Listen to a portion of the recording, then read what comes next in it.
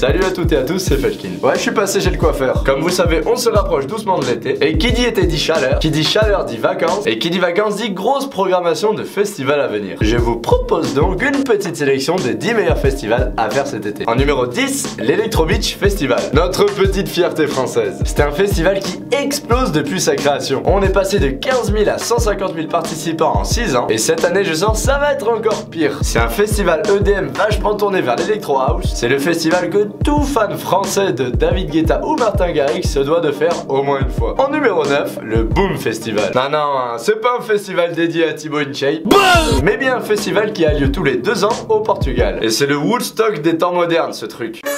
Une semaine dans une atmosphère ultra peace autour d'un lac, des musiques psychédéliques non-stop, des jongleurs et des artistes de partout. Je pense qu'il faut être un peu préparé avant d'y aller quand même. C'est assez spécial, vous allez voir.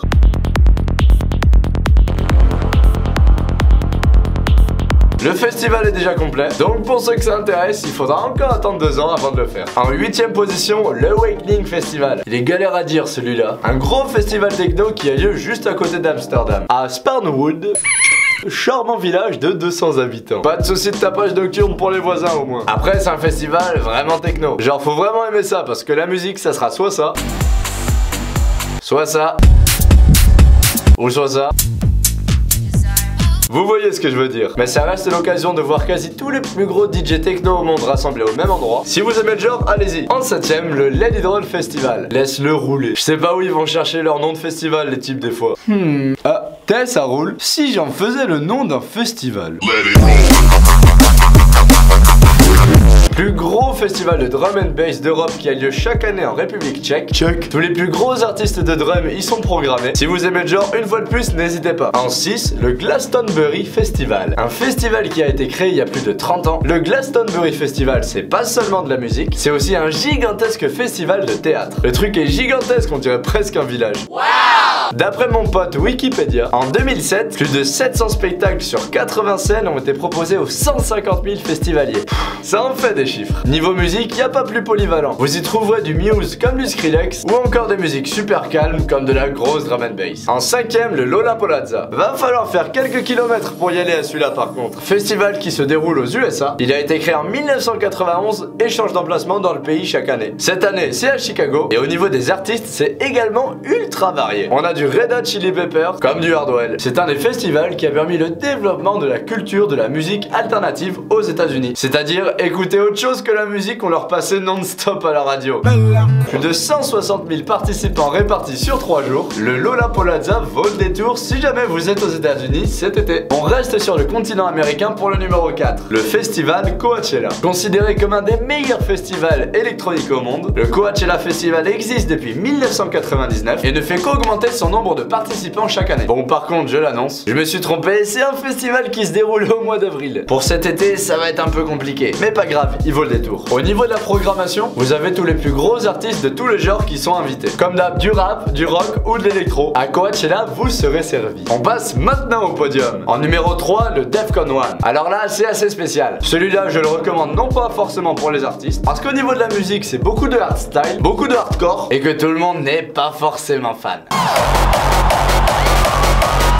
Mais plutôt pour le show visuel du festival. Les types arrivent à faire des shows scéniques de malades. Des lumières, des flammes, des feux d'artifice de partout, c'est abusé. Johnny Hallyday serait ravi de voir ça. La preuve.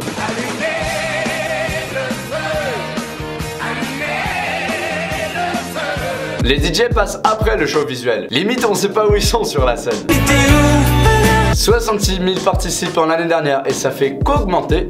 Si vous voulez prendre une claque visuelle, c'est le festival où aller. En numéro 2, l'Electronic Daisy Carnival. Là on commence à rentrer sur du grand n'importe quoi au niveau des proportions. L'édition la plus grosse de ce festival a lieu à Las Vegas avec plus de 300 000 participants. La gueule du festival c'est ça.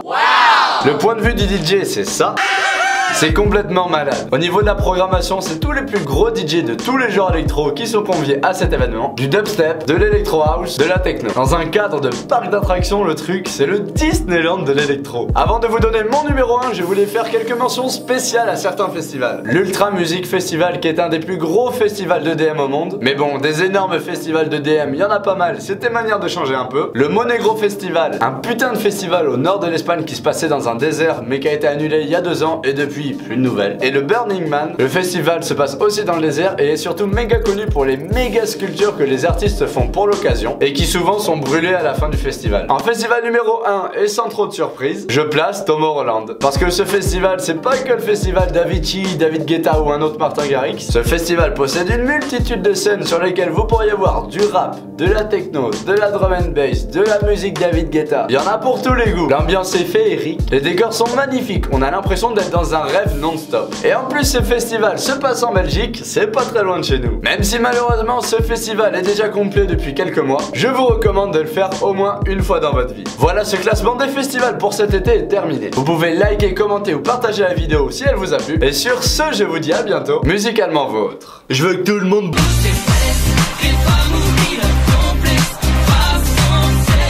les Tribal Kings. Ces artistes occupent plein de petites poulettes distinguées. Mais madame, c'est pas comme ça qu'on boit du lait.